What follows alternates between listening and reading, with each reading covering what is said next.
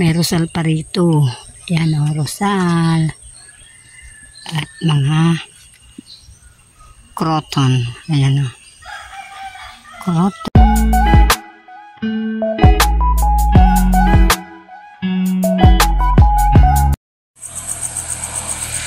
Ang rosal ay blooming na rin o.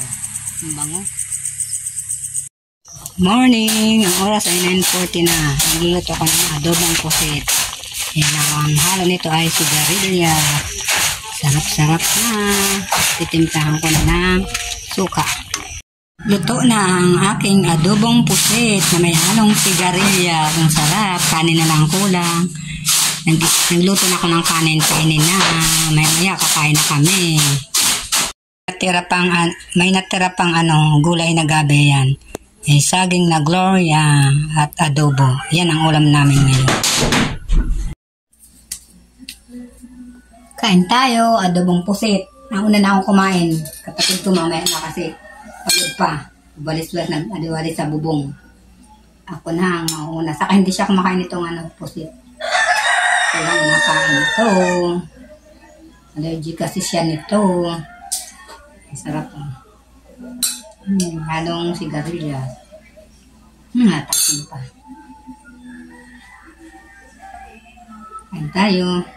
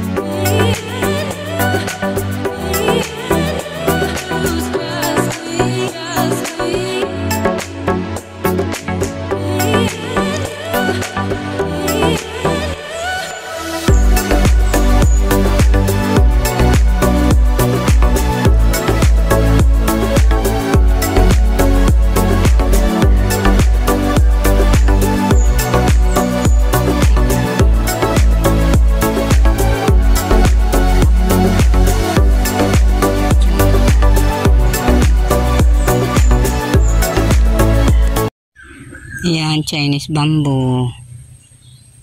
Ayan na. May tanim din akong yan, Queen of the Night. Ito, Queen of the Night yan. Dalawa yan. Saka dancing lady sa may puno ng baligan. Ayan ang dancing lady, wala pang bulaklak. Yan ang mga halaman.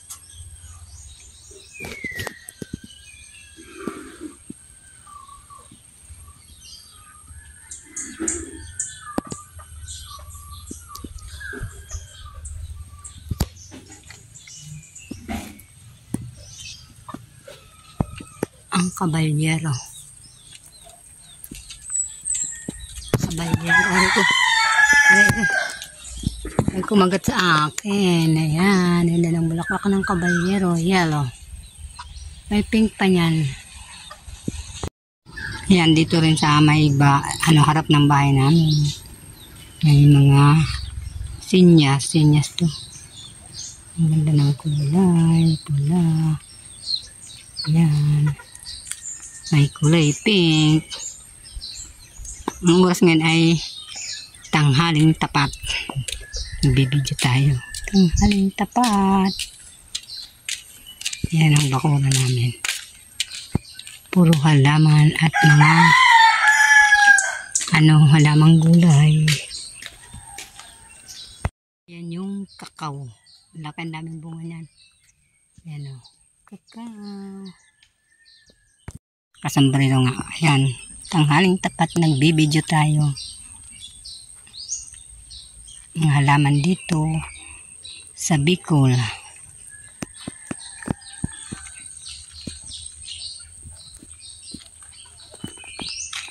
Yan ang rusal na mukadkad na. Ang bango niyan. Ang bango ng rusal. Meron pang di pa nagbubloom. Ayan. Ganyan o, tangkad siya. Ang init-init.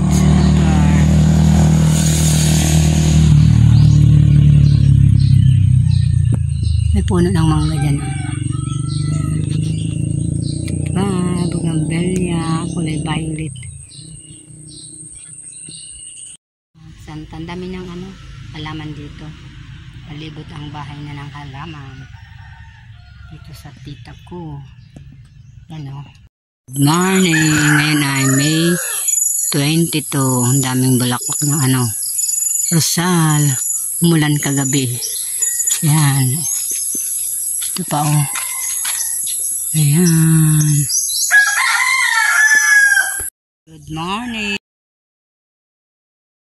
Yan, ang daming bulaklak ng gumamila. Ngayon lang ako nakakita ng purple na gumamila. Ayan.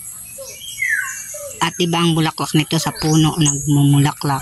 Yung gumamila, yung sa atin na gumamila yung pula. Ang bulaklak ay dito. Ito puro sa puno. Ayan o. Puro bulaklak yan. Ayan o. Meron pang ayan. Ito sa mga puno ang bulaklak. Ayan, daming bulaklak na.